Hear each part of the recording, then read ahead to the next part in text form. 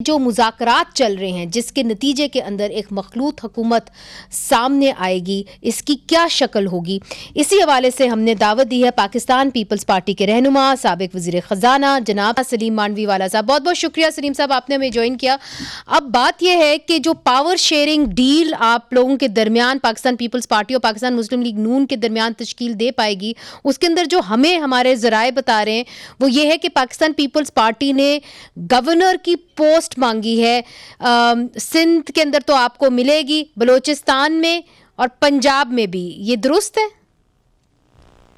जी, हमने इनिशियली यही कहा था कि कॉन्स्टिट्यूशनल पोजीशंस हमें दे दें और गवर्नमेंट का हम हिस्सा नहीं बनेंगे और गवर्नमेंट जो है वो पीएमएलएन चलाए, यही हमारा डिसीजन था इनिशियली। तो सेनेट चेयरमैन की और स्पीकर कौमी असेंबली की भी आपने जो सीट है वो उनसे मांगी थी? जी जी जी। तो जो हमारे इतलात हैं उसके अंदर ये तो डिसाइडेड था कि जी यूसुफ रज़ा गिलानी साहब जो हैं वो स्पीकर कौमी असेंबली बनेंगे, मगर सेनेट चेयरमैन के हवाले से आपके माइंड में कोई था पाकिस्तान पीपल्स पार्टी की तरफ से? मेरा ख्याल नाम तो किसी भी सिवाय प्रेसिडेंट के और कोई नाम कोई एटलीस्ट जो हमारी मीटिंग हुई थी उसमें तो कोई डिसाइड नहीं हुआ था। बट क्योंकि आपकी पंजाब के अंदर इतनी सीटें नहीं हैं तो आप समझते हैं कि पंजाब का जो गवर्नर का स्लॉट है वो जस्टिफाइड होगा पाकिस्तान पीपल्स पार्टी को जाना? देखिए, जस्टिफिकेशन की तो बात नहीं थी ना मुनीज़ा, इट वाज दैट कि we just wanted constitutional positions. We didn't want to be part of the cabinet, we didn't want to be part of the everyday government. उसकी तो क्या तो वजह है जी? ये एक पॉइंट ऑफ व्यू था कि जी अगर हमने वोट करना ही है for PMLN to form the government तो हम इस तरीके से करें, अदरवाइज कुछ भी ना ले। अच्छा, उसके बरक्स जो है जो हमारे तक इतलात आई हैं कि बहुत और कई लोगों ने तो खुल के कहा भी पाकिस्तान मुस्लिम लीग नून की तरफ से जी फिर ऐसा है कि हम फिर वफाक के अंदर बैठते ही नहीं, हम हुकूमत ही नहीं बनाते, मगर फिर हमें ये बता दिया गया था कि अगर पाकिस्तान मुस्लिम लीग नून वफाक में हुकूमत नहीं बनाती तो फिर उनको पंजाब में भी हुकूमत बनाने में मुश्किल आ सकती है, ये दुरुस्त है? हाँ, उनके लिए तो चैलेंज था ये, क्योंकि ये मीडिया के थ्रू मैंने सुना था कि वो भी कह रहे हैं कि जी फिर हम भी गवर्नमेंट नहीं बनाते, हम भी पंजाब ले लेते हैं and that's it and let somebody else make the government let's make the federal government. तो अब ऐसा लग रहा है कि आपको पुश किया जा रहा है कि आप मिनिस्ट्रीज भी एक्सेप्ट करें, तो अगर ऐसा कोई फॉर्मूला तय पाता है तो आपकी अपनी क्या राय होगी, क्योंकि आप एक सीनियर रहनुमा हैं, कि पाकिस्तान पीपल्स पार्टी को क्या लेना चाहिए? जी देखिए, वो तो पीएमएलएन शुरू से ही कह रही है ना कि आप अगर हमें आए गवर्नमेंट में तो ऑल द वे आए, नॉट ओनली कॉन्स्टिट्यूशनल पोजीशंस, ये तो उनकी शुरू से डिमांड है। जी बिल्कुल। अब ये तो देखिए, अब ये तो it's again depending on the leadership what they decide, how things are decided between the two leadership. जो जो सीईसी का इजलास बुलाया गया था सेंट्रल एग्जीक्यूटिव कमेटी का, वहां तो यही डिसीजन हुआ था। अब उसके बाद इफ देयर आर क्या फैसला हुआ था जी वहां पे? वहां पे यही कि जी we would only go for the constitutional position. मगर अगर आपको गिव एंड टेक करना पड़े और आपको मिनिस्ट्रीज लेनी पड़े तो क्या बिलावल भुट्टो जरदारी साहब भी मिनिस्ट्री लेंगे? देखिए, अब ये तो अब डिपेंड करता है ना कि जो कमेटी बनाई है चेयरमैन बिलावल ने, वो क्या डिसाइड करती है, what is the interaction between the two, how what is coming out of it.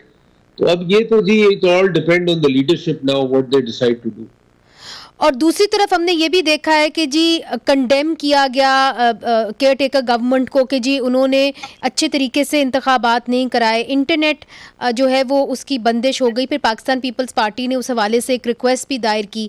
तो क्या पाकिस्तान पीपल्स पार्टी ने पूछा नहीं पीटीए से कि किसके कहने पे आपने इंटरनेट की बंदिश की थी?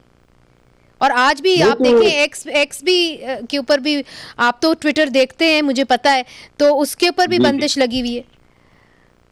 जी जी, आज मुझे अभी किसी का फोन आया था यही पूछने के लिए कि ट्विटर इज नॉट वर्किंग, और वो बाहर से स्पेशली जो उस पे पोस्ट लगा रहे हैं लोग ट्विटर्स के ऊपर, वो खुल नहीं रही पाकिस्तान में।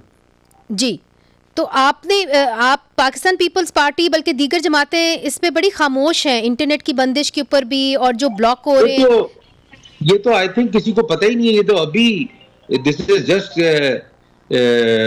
हैपेंड नाउ ट्विटर के ऊपर, and I think we will be issuing something on this. जी, आई थिंक जी, जी, अभी तक लोगों को, बहुत कम लोगों को पता है। जी बिल्कुल। और चूंकि आप वजीर खजाना भी रह चुके हैं तो आपको पता है कि अनसर्टनिटी हो मार्केट के अंदर तो उसका क्या असर हो सकता है।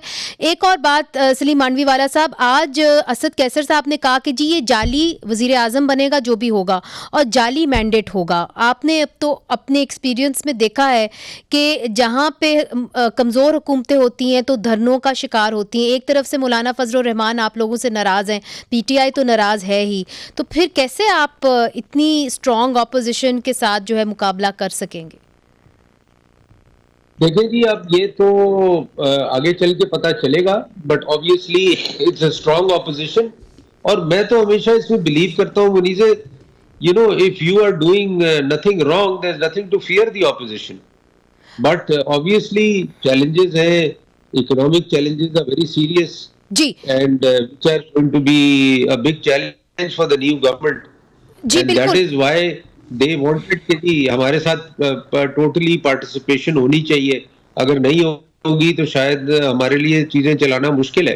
तो ये तो जो ये तो डील फैक्ट्स हैं। जी, ये जो डील होनी है आईएमएफ के साथ मार्च 2024 के अंदर, जो अगली अग्रीमेंट के हवाले से भी होनी है, तो आप ये समझते हैं कि उसके ऊपर कोई बराह रास्त असर हो सकता है अगर इस तरह की अनसर्टेनिटी रही मार्केट के अंदर?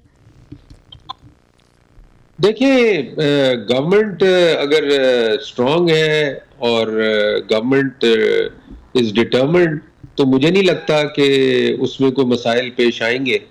बट अगर गवर्नमेंट वीक है तो ऑब्वियसली सम डिसीशंस जो लेने पड़ते हैं आईएमएफ प्रोग्राम के लिए, वो ज़रा डिफिकल्ट हो जाते हैं एक वीक गवर्नमेंट के लिए।